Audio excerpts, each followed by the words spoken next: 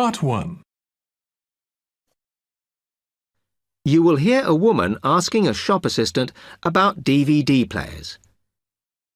You now have 30 seconds to read questions 1 to 4.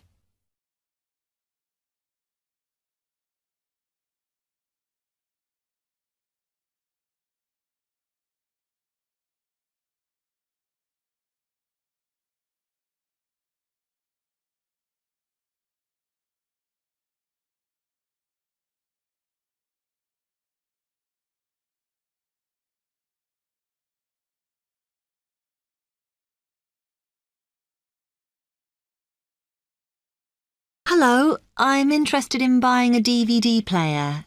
Can you help me, as I don't know very much about them? Of course. We sell quite a range.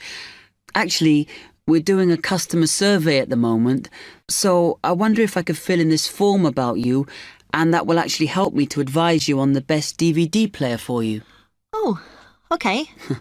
First of all, your occupation. Student. Okay. Then, have you already got a DVD player? No, I've never had one before. Uh-huh. And how much do you think you want to spend on a player? I'm not sure, really, but I have got a budget. My friend said I should allow about £100, but I can't afford over £85, so that's what I'm working on. Mm-hmm. And do you watch DVDs very often? Depends what you mean by often. I don't know what the norm is. Is it about 2 a week? I suppose I watch 3 a month. That's enough for me. Yes. What sort of films do you like watching then? Action movies? Not really. Oh. My boyfriend always insists we watch science fiction movies, but I prefer thrillers. Something to get your teeth into. Okay, just one more. Do you watch other DVDs? Ones that are not films, like music or something? Not much, because I don't want to spend the money on something I can watch on TV, but I occasionally rent out comedy programs, and I fight with my boyfriend over all the sports DVDs he watches. You now have 30 seconds to read questions 5 to 10.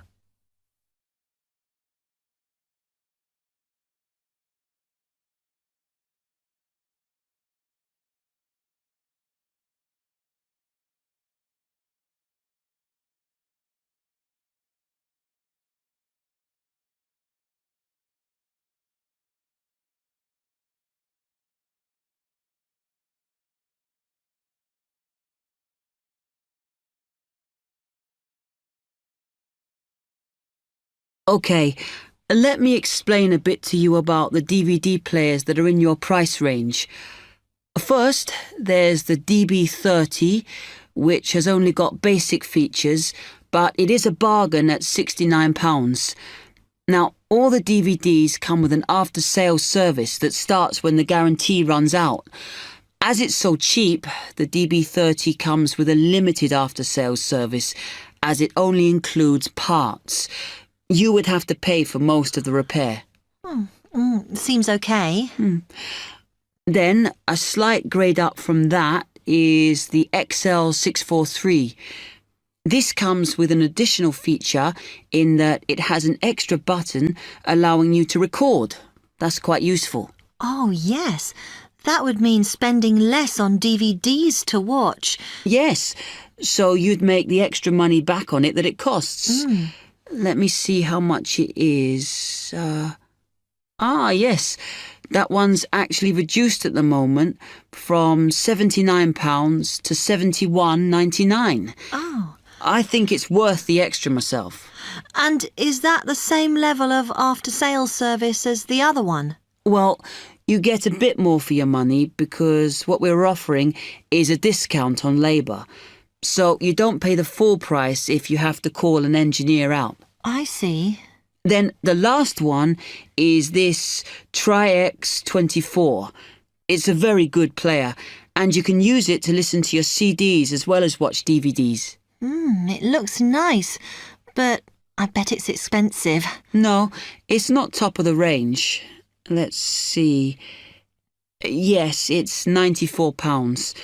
But what you have to remember is that includes insurance, so you don't have to pay extra for that. And it comes with a guarantee that's valid for 3 years, as opposed to the usual one. What do you think? Maybe.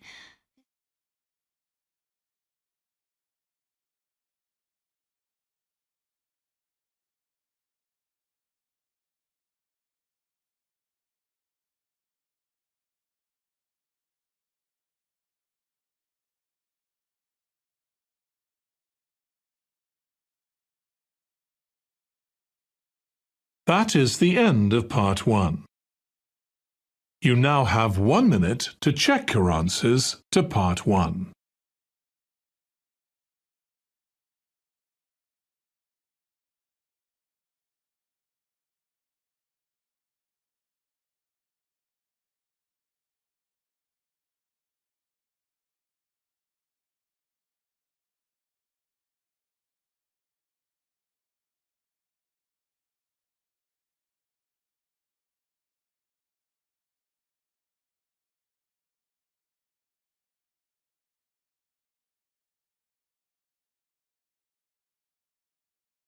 Part 2. You will hear a salesman giving information to house owners about an alarm system. You now have 30 seconds to read questions 11 to 15.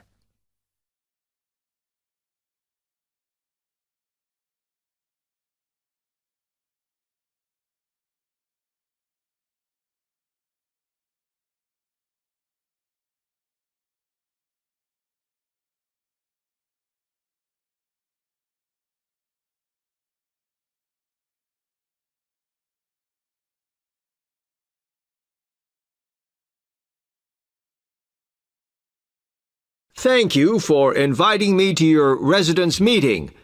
My name is Martin Pugh from Safe Cell Alarms. I'm going to explain a little bit about home security, and I hope you'll all feel a bit better informed, and perhaps that you will even purchase one of the alarms we sell. It is all too easy these days for people to break into our homes. Did you know that 25% of all burglaries are committed by burglars breaking and entering via the back door? Even though it is locked, it is still relatively easy for someone to gain entry. And there are parts of our house that we think are not vulnerable because they look inaccessible. But they're not.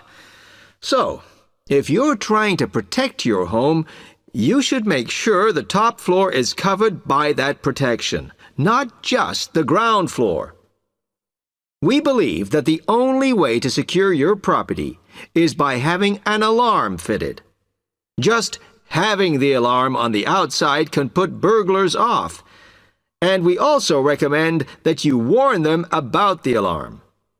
To do this, we suggest you stick a sign in the front window of the house so it can be seen clearly. This alone should be enough to dissuade a burglar before they start. Now, our company has a range of alarms on offer, and I brought several along for you to see tonight. But let me just explain a few things about them. First of all of our alarms are highly visible.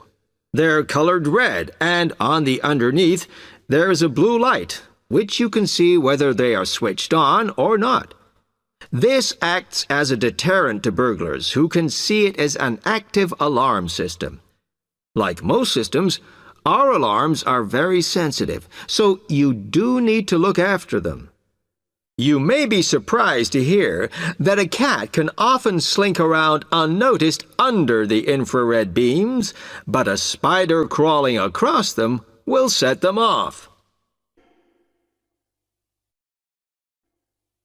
You now have 30 seconds to read questions 16 to 20.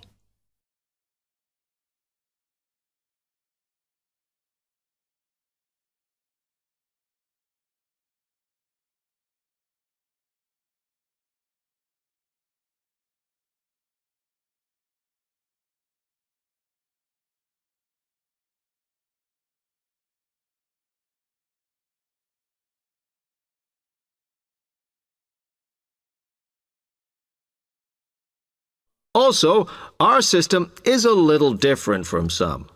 Most companies offer an option that connects their alarms to the police station. All our alarms have an automatic link to our company office. This means we can deal with a situation promptly and can sort out any alarms that have gone off by mistake. Okay, let me tell you about the installation of our alarms. Later on, I'll show you some house plans and diagrams of how the alarms operate, but you don't have to worry about them being intrusive, as we normally put them in hallways rather than individual rooms. The diagrams show you how the beams work to cover the whole house in this way. Oh, one small thing while I remember is don't leave your security code in your house. A lot of people keep it in the kitchen or their study, but we suggest you leave it with a neighbor so that if there is a break-in, the burglars can't switch the system off. Now, regarding the practical aspects of installation, I know that many of you are out all day, and I'm afraid we don't install the alarms at weekends. But we do offer a service where we can fit the alarm system in the evenings for you. But we do charge a little bit extra for that. Finally, we do offer a range of systems, so I suggest you look at the leaflets on our prices. And please don't be put off from investing in a more sophisticated system to protect your home, as we do allow you to set up a monthly payment if it's too much in one go. Okay, now if you'd like to come forward.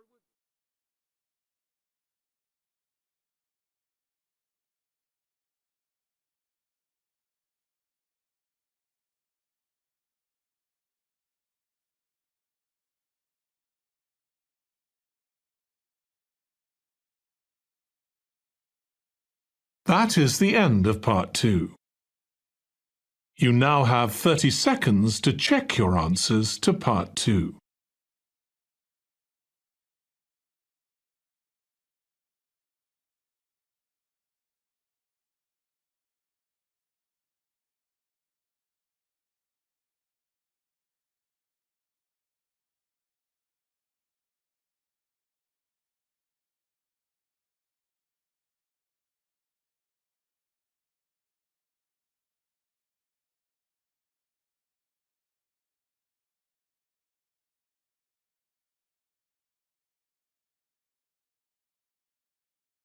Part 3.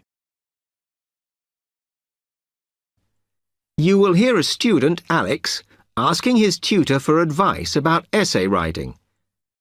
You now have 30 seconds to read questions 21 to 27.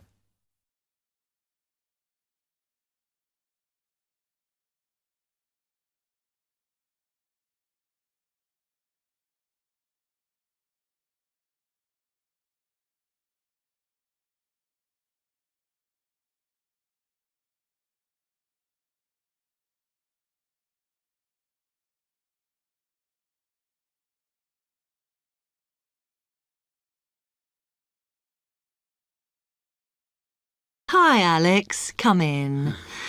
I gather you wanted some help with writing essays. Yes, I'm finding this first term difficult, and I'm worried about the assignments we have to do for January.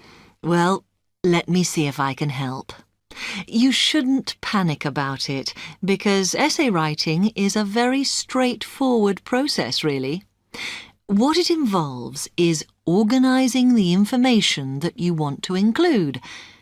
You shouldn't have more than you can easily manage within the word count. Make sure you haven't got too much or anything irrelevant. You need to look at that and work out what you need and what you don't need before you start. And then you just have to think about how you're going to put forward your argument. Oh, that sounds very straightforward when you put it like that. But I'm worried I haven't got the necessary skills for writing an effective essay because English is my second language. Well, perhaps you misunderstand the skills you need. You need to be able to analyze your data, and then I would say the skills of interpretation and expressing yourself are important. Perhaps it's this last one that bothers you, but the more essays you write, the more you will develop these skills. Yes, and I don't quite know how to improve at that. Though, as you say, I know practice will help. And I need to make sure I've got everything ready before I start. Yes. What is vital to good essay writing is preparation. So make sure you build in enough time to do the research you need. Are there any other sources I can use to help me with essays?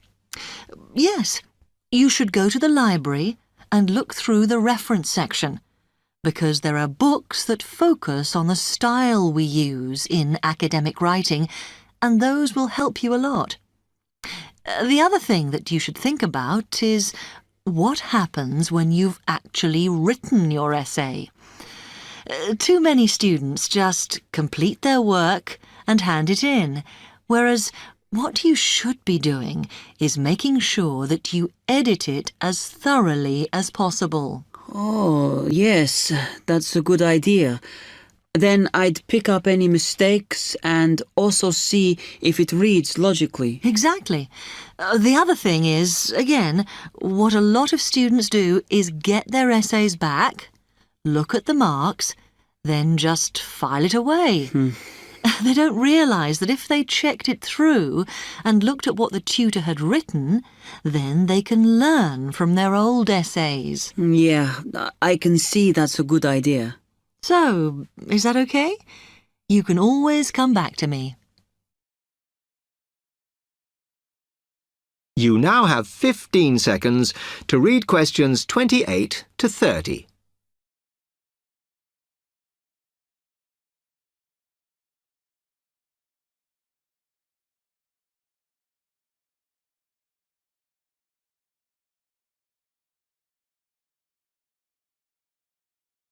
Actually, there were a couple of other things I wanted to ask you about essay writing. I had a few thoughts of my own about what I should do, such as really taking good notes when I'm reading, because that helps, doesn't it? I think it improves your knowledge rather than your actual writing. But one tip I can give you is to try and not read too much. Otherwise, you end up including irrelevant material in your essay. Remember to stay on task. Yes. Sometimes I have problems interpreting the questions correctly, or the whole question seems overwhelming to me. What I try to do is highlight the key parts and divide it into smaller chunks so I can manage it. Well, you might find it useful to break it down even further by making sure you understand all the words perfectly before you start. Things like assess or comment and such like. Yes, I see. Sometimes, after an objective analysis, the question actually asks you for a subjective opinion. But you must remember to support your arguments if that's the case. One final comment I can make is about using your own words. You must try to do this as far as possible. You're expected to summarise what you've read, not just string together a list of quotations. In fact, you shouldn't have too many. Just use them where it's really important. Okay, thanks. Do you read other students' essays when you've finished? No. Why? Is that a good idea? Well, you can confuse each other, so I'd advise against it. But it's up to you. Okay. Thanks very much for your time.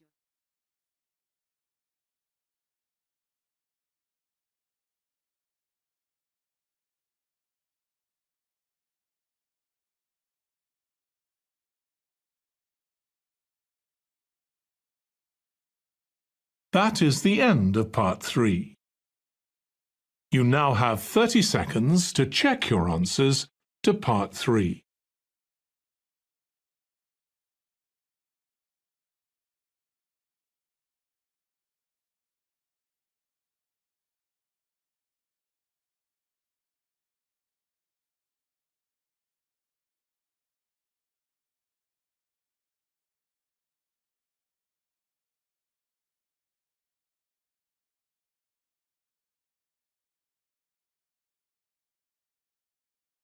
Part 4. You will hear a tutor giving some business students instructions about a finance project. You now have 30 seconds to read questions 31 to 40.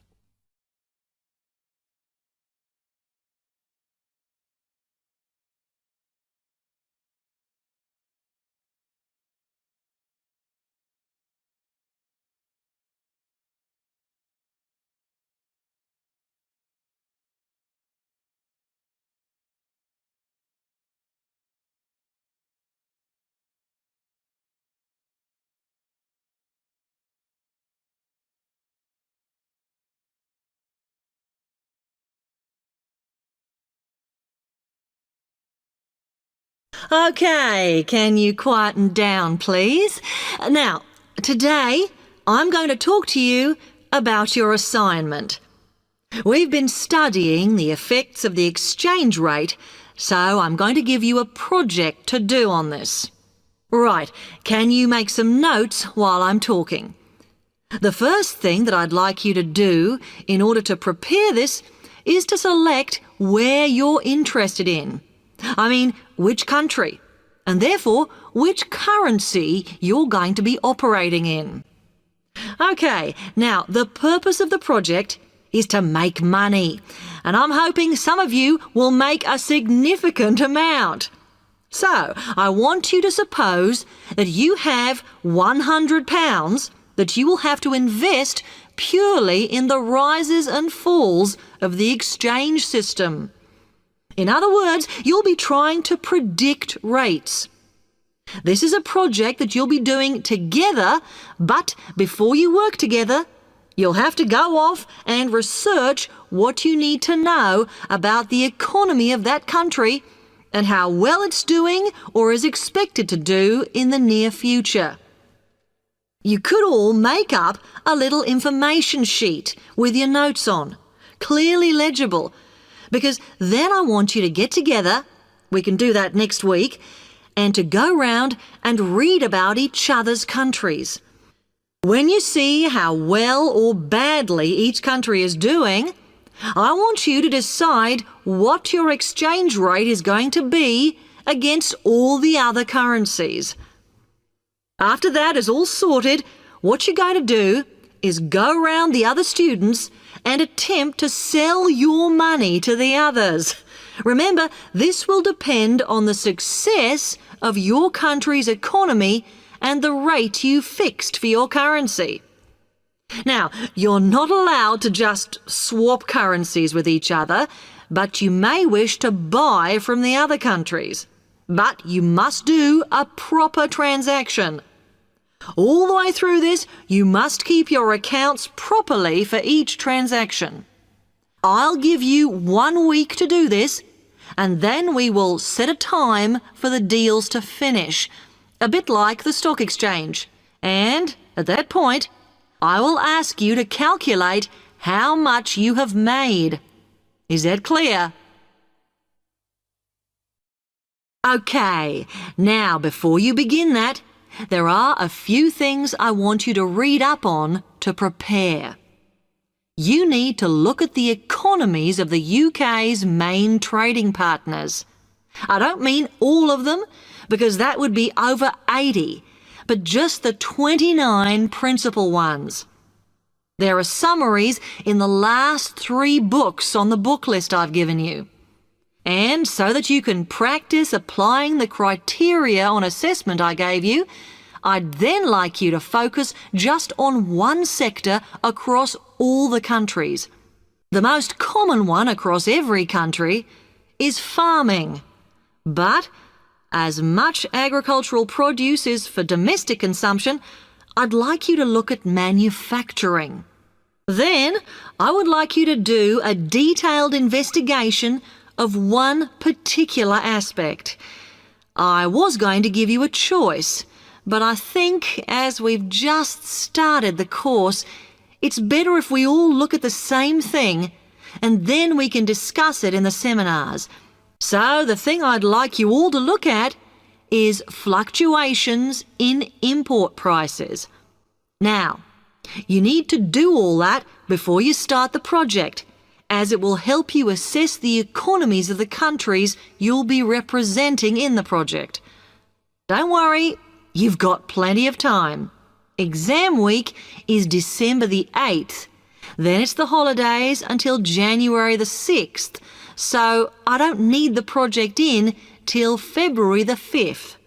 Is that okay? Now, any questions on this? Because it